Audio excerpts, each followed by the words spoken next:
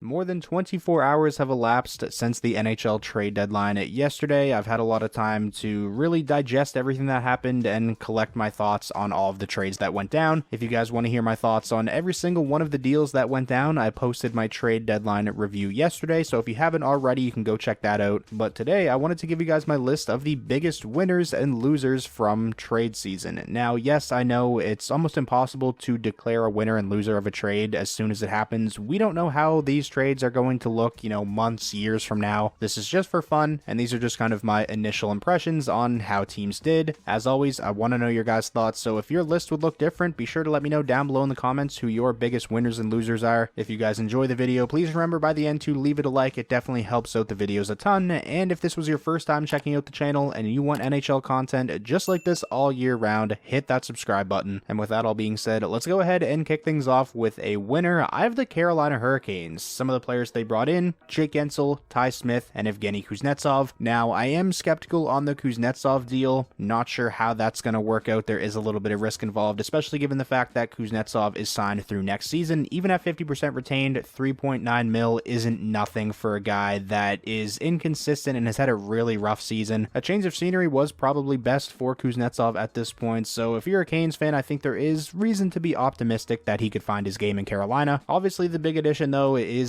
Jake Guentzel. The Carolina Hurricanes were able to land the biggest name forward on the market, a legit top-line player in Guentzel who's capable of scoring 40 goals in a season, being around a point-per-game player, and the biggest thing when it comes to this addition for Carolina is how clutch Jake Guentzel has been throughout his playoff career. In 58 career playoff games, Jake Guentzel has 34 goals and 58 total points, exactly at a point per game. The last time we saw Jake Guentzel in a playoff series in 2022, he had 8 goals in a 7-game series for the Penguins. This is exactly the kind of player that the Carolina Hurricanes have needed, in my opinion. They're still trying to get to that next level in the postseason and make it out of the Eastern Conference. Defense and goaltending have not been the issues for the Carolina Hurricanes in the playoffs. At times, it's the offense drying up, so adding a top-line forward who's notoriously a big-time playoff performer is huge. Now, Guentzel does tend to give a little bit back defensively. He has been known as kind of an all-offense winger, so I actually think a team like Carolina is a perfect fit for a player like that because they have such a strong defensive system in place. They should be able to mask any of Jake Guentzel's defensive issues. The good outweighs the bad with Guentzel 1000%. Sure, he could end up just being a rental, and if they don't end up winning the Stanley Cup, that will be looked at as a failure, but the Hurricanes were able to land Guentzel without giving up a guaranteed first or any of their absolute best prospects. I'm not saying that the prospects that they gave up were bad, because that's not the case. Pittsburgh's prospect pool definitely got a lot better by making this trade, but if the Hurricanes don't end up winning the Stanley Cup and Jake Guentzel walks as a UFA, it's going to be a lot easier to swallow for the Hurricanes, knowing you still have your top prospects like Alexander Nikishin, Scott Morrow, and Jackson Blake. Next up, staying in the Metro Division with one of my losers of the trade deadline, I actually have the New York Rangers. Now, the reason that I have them as one of my losers, it's not really because of the trades they made, it's more so because of the trades they didn't make. The Rangers had clear needs heading into the trade deadline. Those were a number 3 center due to the fact that Philip Hedl is out for the entire season, and a top 6 winger because of the Blake Wheeler injury, and they addressed the number 3 center spot. Alexander Wenberg should do fine in that role. I think that was a solid trade for the Rangers. I don't think they overpaid, but we heard so many rumors leading up to the trade deadline that the Rangers were in on guys like Jake Guentzel, Pavel Buchnevich, Henrique and Vetrano were guys that were talked about a lot and tied to the Rangers. It was reported that they poked around on Alex Tuch as well. Every player I just mentioned would have been a big upgrade in the top 6 over guys like Jimmy Vesey and Capo Caco, who they've tried in that role since Blake Wheeler went down. As we know now, the Rangers weren't able to land any of those players. They did end up picking up Jack Roslovic from the Columbus Blue Jackets, who I think they probably plan on using on the wing just due to the fact that they now have Zibanejad, Trocheck, and Wenberg down the middle as your 1, 2, and 3 centers. Roslovic's skill set and playstyle I don't think fits well as a number 4 center. Roslovic definitely has some skill, he's a good playmaker, but if the Rangers do plan on using him in that top 6 winger role, is he that much of an upgrade over the likes of VC and Capo Caco? If he is, I don't think it's by much. It was reported on that there was a deal talked about between the Ducks and Rangers involving reporting Henrique and Vetrano going to New York in exchange for a package of Capo Caco and a first-round draft pick, but the Rangers didn't pull the trigger, which in my opinion could end up being a mistake for New York. I know the Rangers are still holding out hope that Capo Caco is going to eventually break out. Me personally, I'm not as high on him at this point as some others. This is a Rangers team that are viewed as Stanley Cup contenders. They are in win now mode, and in my opinion, they didn't do enough to move the needle, especially considering that another top team in the Metro Division, the Carolina Hurricanes, were able to land Jake Gensel. Moving along now to another one of my winners of the trade deadline. I know a lot of people aren't going to want to hear this, but I have the Vegas Golden Knights, who brought in the likes of Anthony Mantha, Noah Hanifin, and Thomas Hertl, which was a shocking trade that really came out of nowhere. Did the Golden Knights give up a lot in terms of future assets? Of course they did. A first rounder in 2025, a first rounder in 2026, and a prospect in David Edstrom, who was just a first round pick in 2023. So basically 3 first round picks, but the Golden Knights have made it abundantly clear that they are in win now mode and they're going to do whatever it takes. They're going to trade whatever it takes to improve the roster, and it's an approach that I wish more NHL GMs would take. There is so much uncertainty when it comes to first round draft picks. There's no guarantee the player drafted with those picks is even going to develop into a solid NHLer. Now, there is a chance that a player drafted with those picks could turn into an absolute superstar. That's the uncertainty of the whole thing. Draft picks are basically the NHL's version of a lottery ticket, but there's a lot less uncertainty when it comes to trading for established NHL players that we have, massive sample sizes of, guys that can improve your roster and help you win now. And that's the approach Vegas has taken pretty much ever since coming into the league, and it's difficult to criticize Vegas for that approach because you can't really argue with the results. They are the defending Stanley Cup champions for a reason. They're going for it again this year, and in my opinion, after the trade deadline, their chances of going back-to-back definitely improved. Next up, we have another one of my losers of the trade deadline, the Los Angeles Kings, who aren't even going to get a graphic for players that they brought in and traded away because they didn't do anything. The last time the Los Angeles Kings made a move was when they acquired Pierre-Luc Dubois from the Winnipeg Jets in the summer. They went this whole season without making a single move. Now, it was reported by Frank Saravalli that the Kings and Bruins apparently had a deal on the table for Linus Ullmark that didn't end up crossing the finish line. Kevin Weeks also reported that the Bruins had a deal in place for Ullmark, but Ullmark used his no-trade clause and nixed the trade. We don't know if those two reports correlate, if it's the Kings deal that Ullmark decided to say no to. If that's the case, then obviously it was completely out of the LA Kings' control, and at least they tried to make a big splash, but in the end, they have the exact same roster today as they had before the trade deadline. This is a team that currently sits third place in the Pacific Division, 75 points in 62 games, and especially when you look at how much teams in the West like Colorado and Vegas and Winnipeg loaded up, I think the Kings' chances of going on a deep playoff run this year took a pretty massive hit. Speaking of one of those teams that loaded up at this year's trade deadline, another one of my winners is the Colorado Avalanche. Notable players that the Avalanche acquired include Sean Walker, Casey Middlestat, Brandon Duhaime, and Yakov Trenin. If you look at this graphic as one big trade, it really puts into perspective how much better the Avalanche got at this year's trade deadline. They were able to address their biggest need and acquired a number 2 center in Casey Middlestat, and it's not just a short-term fix for that number 2 center spot either. Casey Middlestat is 25 years old. He's an RFA at the end of the season, so he will be in the market for a new deal. I think it's going to be fascinating to see how the Avalanche are able to make that work cap-wise. It was reported that Middlestat was asking the Sabres for a lot, which ultimately led to them moving him, but if worse comes to worse and the Avalanche aren't willing to pay Casey Middlestat what he's going to be asking for on his next contract, he's an RFA, they're going to be able to retain his rights, and he's a player that they could flip to recoup assets. The Avalanche were also able to land one of the better defensemen on the trade market in Sean Walker. This one likely is going to end up just being a rental, but Sean Walker's having a career year. He's a fantastic skater, good puck mover, plays well in transition. I think he's going to fit the Avalanche playstyle beautifully. So they made the big splashes with Walker and Middlestat, but they also made what in my opinion was one of the most underrated moves of the entire deadline, acquiring Yakov Trenin from the Nashville Predators, who all around is just a beast of a bottom 6 forward. He's versatile, he can play center or the wing, he's big, he's mean, he's physical, he's a good forechecker, he plays a strong defensive game, and is also capable of chipping in some offense and generating chances off the cycle. He's got 10 goals this season, had 17 13 back in 21-22, and the Avalanche were able to land Yakov Trenin for only a third-round draft pick. I think when it's all said and done, we may end up looking back at this year's trade deadline and saying that Yakov Trenin was one of the biggest steals. Moving along now to another one of my losers of the deadline, I have the Boston Bruins. Pretty quiet trade deadline for the Bruins overall. They didn't make a ton of moves, but the moves they did make,